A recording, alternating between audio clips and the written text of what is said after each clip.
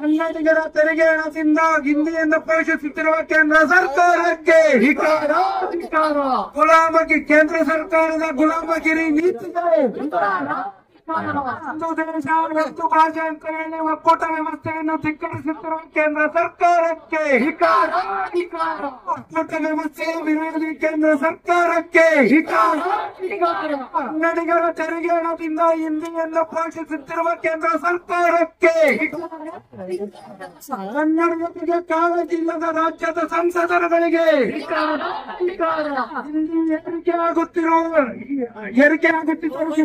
ರಾಜ್ಯದ ಸಂಸದರುಗಳಿಗೆ ಸಮರ್ಥಿಸಿಕೊಳ್ಳುತ್ತಿರುವ ರಾಜ್ಯದ ಸಂಸದರುಗಳಿಗೆ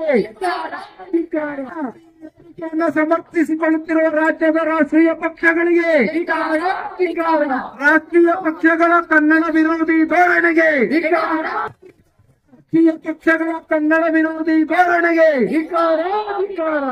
ಕನ್ನಡಿಗರ ತೆರಿಗೆ ಹಣದಿಂದ ಹಿಂದಿಯಿಂದ ಪೋಷಿಸಲು ಹೊರಟಿರುವ ಕೇಂದ್ರ ಸರ್ಕಾರಕ್ಕೆ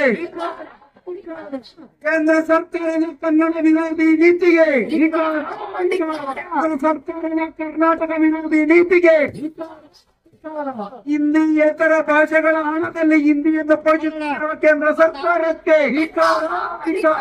ಹಿಂದಿಯೇತರ ಭಾಷಾ ರಾಜ್ಯಗಳಿಂದ ಹಿಂದಿಯನ್ನು ಪೋಷಿಸುತ್ತಿರುವ ಕೇಂದ್ರ ಸರ್ಕಾರಕ್ಕೆ ಭಾರತೀಯರ ಹಣದಿಂದ ಹಿಂದಿಯನ್ನು ಪೋಷಿಸುತ್ತಿರುವ ಕೇಂದ್ರ ಸರ್ಕಾರಕ್ಕೆ ಅಮ್ಮ ಇಲ್ಲದ ಹಿಂದಿ ಭಾಷೆಯನ್ನು ಪೋಷಿಸುತ್ತಿರುವ ಕೇಂದ್ರ ಸರ್ಕಾರಕ್ಕೆ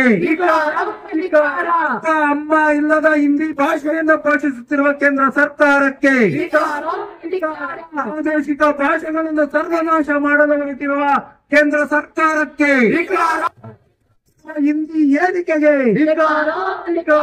ಕನ್ನಡವನ್ನು ಕೊಳ್ಳುತ್ತಿರುವ ಹಿಂದಿ ಏರಿಕೆಗೆ ಕರ್ನಾಟಕ ರಕ್ಷಣಾ ವೇದಿಕೆಯ ಕನ್ನಡ ಪರ ಹೋರಾಟಕ್ಕೆ ನಾರಾಯಣಗೌಡರ ಸಮರ್ಥ ನಾಯಕತ್ವದ ಹೋರಾಟಕ್ಕೆ ಪ್ರಾಯಗಳ ಮೇಲೆ ಹಿಂದಿ ಏರಲು ಹೊರಟಿರುವ ಕೇಂದ್ರ ಸರ್ಕಾರಕ್ಕೆ ಪ್ರಾದೇಶಿಕ ರಾಜ್ಯಗಳ ಮೇಲೆ ಹಿಂದಿ ಏರಲು ಹೊರಟಿರುವ ಕೇಂದ್ರ ಸರ್ಕಾರಕ್ಕೆ ಹಿಂದಿ ಕೇಂದ್ರ ಸರ್ಕಾರಕ್ಕೆ ಕೇಂದ್ರ ಸರ್ಕಾರಕ್ಕೆ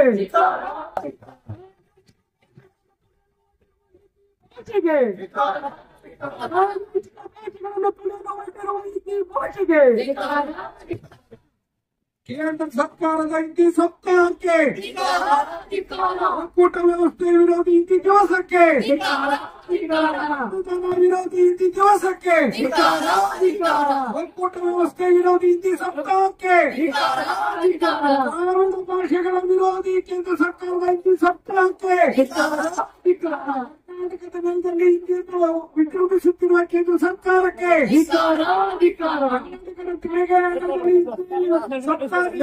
ಕೇಂದ್ರ ಸರ್ಕಾರಕ್ಕೆ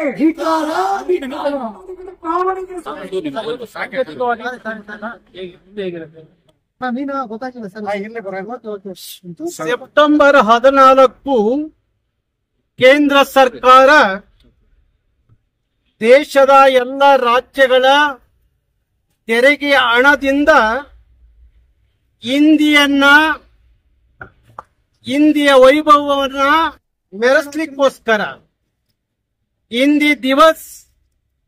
ಹಿಂದಿ ದಿನವನ್ನಾಗಿ ಇವತ್ತು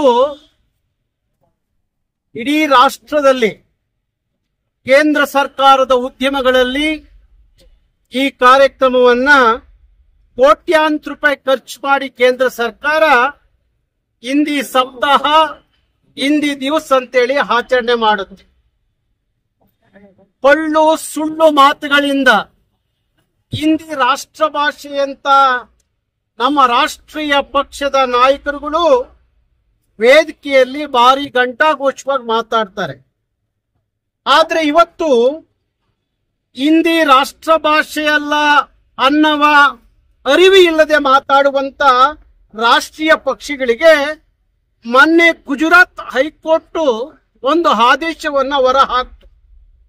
ಗುಜರಾತ್ ಹೈಕೋರ್ಟ್ ಅಲ್ಲಿ ಒಬ್ಬ ಸಾರ್ವಜನಿಕ ವ್ಯಕ್ತಿ ಗುಜರಾತ್ನಲ್ಲಿ ಪ್ರಾಡಕ್ಟ್ ಏನಿದೆ ತಯಾರಾಗುವಂತ ಎಲ್ಲ ಪ್ರಾಡಕ್ಟ್ಗಳ ಮೇಲೆ ಹಿಂದಿ ರಾಷ್ಟ್ರ ಭಾಷೆ ಅಂತ ಹೇಳಿ ಮುದ್ರಿಸಬೇಕು ಅಂತ ಹೇಳಿ ಕೋರ್ಟ್ಗೆ ಹೋದಾಗ ಹೈಕೋರ್ಟ್ ಹೇಳುತ್ತೆ, ಯಾವುದೇ ಭಾಷೆ, ಭಾರತದ ಯಾವುದೇ ಭಾಷೆಯನ್ನ ರಾಷ್ಟ್ರ ಭಾಷೆ ಎಂದು ಅಧಿಕೃತವಾಗಿ ಘೋಷಣೆ ಆಗಿಲ್ಲ.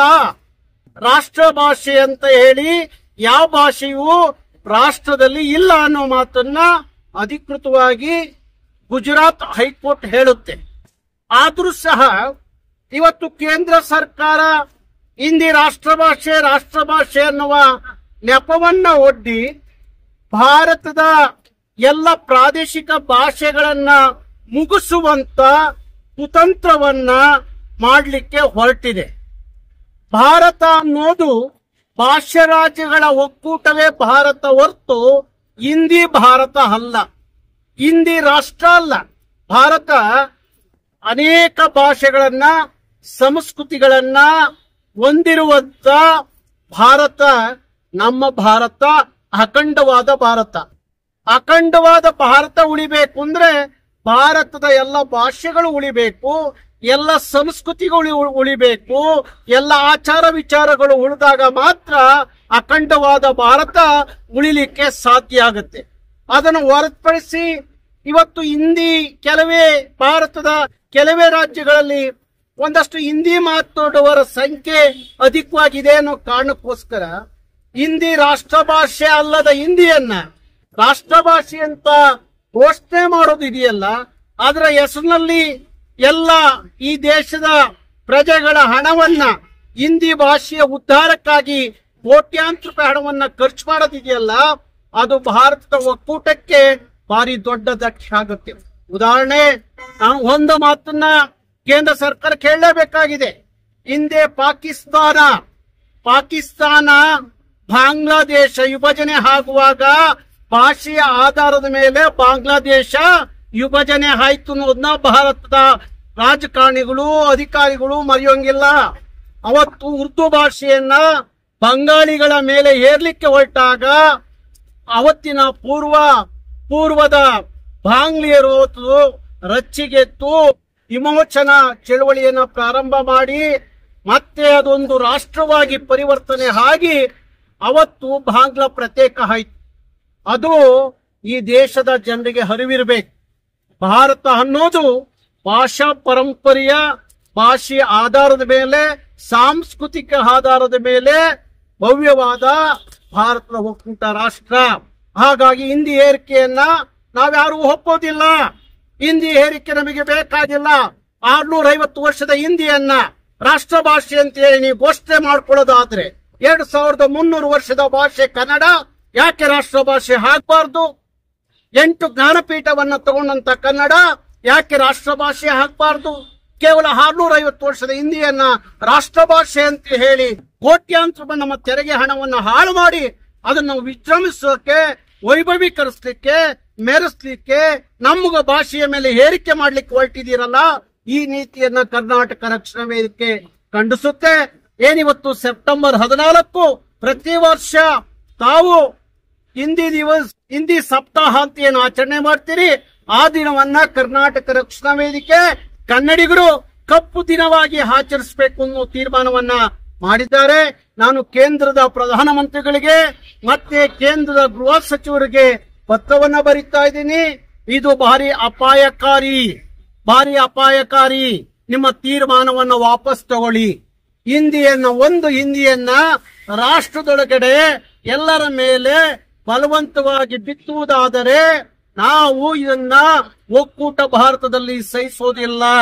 ಒಕ್ಕೂಟದ ಭಾರತಕ್ಕೆ ಧಕ್ಕೆ ಬರುವ ಮುನ್ನ ನಿಮ್ಮ ಹಿಂದಿ ಏರಿಕೆಯನ್ನ ವಾಪಸ್ ಪಡಿಬೇಕು ಅಂತ ಹೇಳಿ ಕೇಂದ್ರ ಸರ್ಕಾರವನ್ನ, ಪ್ರಧಾನಮಂತ್ರಿಗಳನ್ನ, ಕೇಂದ್ರದ ಗೃಹ ಸಚಿವರನ್ನ ಕರ್ನಾಟಕ ರಕ್ಷಣಾ ವೇದಿಕೆ ಒತ್ತಾಯ ಮಾಡ್ಲಿಕ್ಕೋಸ್ಕರ ಈ ಸಾಂಕೇತಿಕವಾದಂತ ಪ್ರತಿಭಟನೆ ನಡೀತಾ ಇದೆ.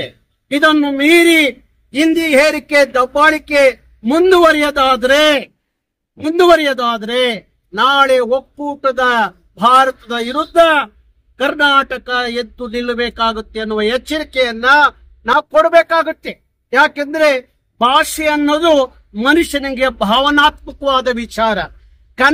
ಕನ್ನಡಿಗರಿಗೆ ಭಾವನಾತ್ಮಕವಾದ ಪ್ರಶ್ನೆ. ಭಾವನಾತ್ಮಕವಾಗಿ ಕನ್ನಡವನ್ನ ನಾವು ಮಾತಾಡುವಂಥದ್ದು. ನಮ್ಮ ತಾಯ್ನುಡಿ ಕನ್ನಡ. ನನ್ನ ತಾಯ್ನುಡಿಯ ಭಾಷೆಯ ಮೇಲೆ ಯಾವುದೋ ಪರಕೀಯ ಭಾಷೆ, ಪರರ ಭಾಷೆ ದಬ್ಬಾಳಿಕೆ ಮಾಡುತ್ತೆ, ದೌರ್ಜನ್ಯ ಮಾಡುತ್ತೆ ಅಂದ್ರೆ ಅದನ್ನ ನಾವು ಸಹಿಸ್ಕೊಳ್ಳಲ್ಲ. ಏನ್ ಬೇಕಾದ್ರೂ ಸಹಿಸ್ಕೊತೀವಿ. ನನ್ನ ತಾಯ್ನುಡಿಯ ಮೇಲೆ ಯಾವುದೋ ಭಾಷೆ ಏರಿಕೆ ಆಗುತ್ತೆ ಅಂದಾಗ ಕನ್ನಡಿಗರು ಸಹಿಸ್ಕೊಳ್ಳಲ್ಲ ಅನ್ನೋ ಎಚ್ಚರಿಕೆಯನ್ನ ಕೇಂದ್ರ ಸರ್ಕಾರಕ್ಕೆ ಕೊಡ್ತಾ ಇದೀವಿ. ಹಾಗಾಗಿ ನಿಮ್ಮ ಕದ್ದು ಮುಚ್ಚಿ ನಡೆಸುವ ಹಿಂದಿ ಹೇರಿಕೆಯನ್ನ ಕೋಟ್ಯಾಂತರ ರೂಪಾಯಿ ನಮ್ಮ ತೆರಿಗೆ ಹಣದಲ್ಲಿ ಹಿಂದಿ ಸಪ್ತಾಹ ದಿನವನ್ನು ಆಚರಿಸುವ ಕೇಂದ್ರ ಸರ್ಕಾರ ಅದನ್ನ ಕೈ ಬಿಡಬೇಕು. ಹಿಂದಿ ಏರಿಕೆಯನ್ನು ವಾಪಸ್ ಪಡಿಬೇಕು ಅಂತ ಹೇಳಿ ನಾನು ಒತ್ತಾಯವನ್ನ ಮಾಡ್ತೀನಿ.